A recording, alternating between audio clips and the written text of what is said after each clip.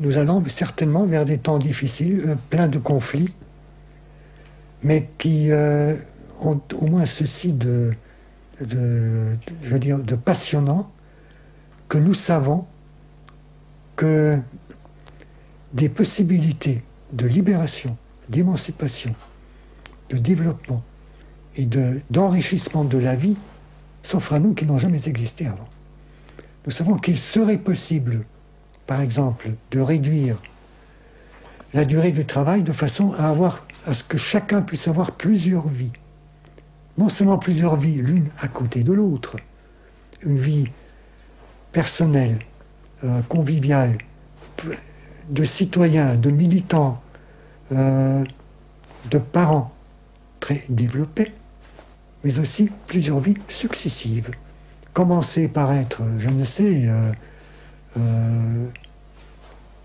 ouvrier d'industrie, pour devenir ensuite médecin ou votre propre médecin. Passer plusieurs années de votre vie à construire votre propre maison de vos propres mains. Prendre en main l'éducation et la formation de vos enfants, si vous pouvez en avoir. Même changer de famille. Développer des activités artistiques et culturelles. Fonder votre orchestre, par exemple, devenir musicien.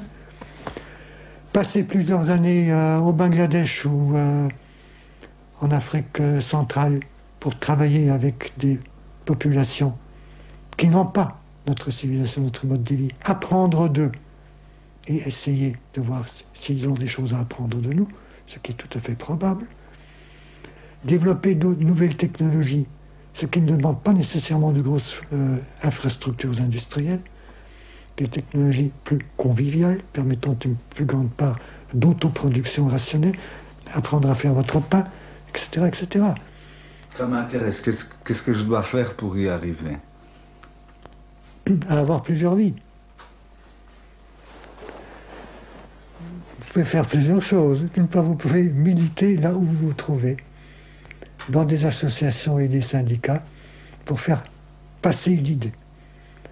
Vous pouvez, comme l'ont fait les femmes en République fédérale d'Allemagne, exercer une pression irrésistible sur les forces politiques dominantes pour qu'elles acceptent l'idée que le travail, ce n'est pas nécessairement le travail rémunéré, mais qu'il y a d'autres activités qui sont humainement enrichissantes et socialement productives, et qui sont des activités qui se déploient qu'en dehors de la sphère du travail rémunéré.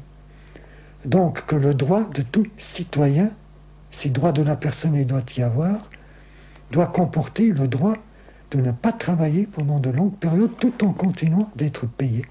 Parce que cela est essentiel au développement de la personne.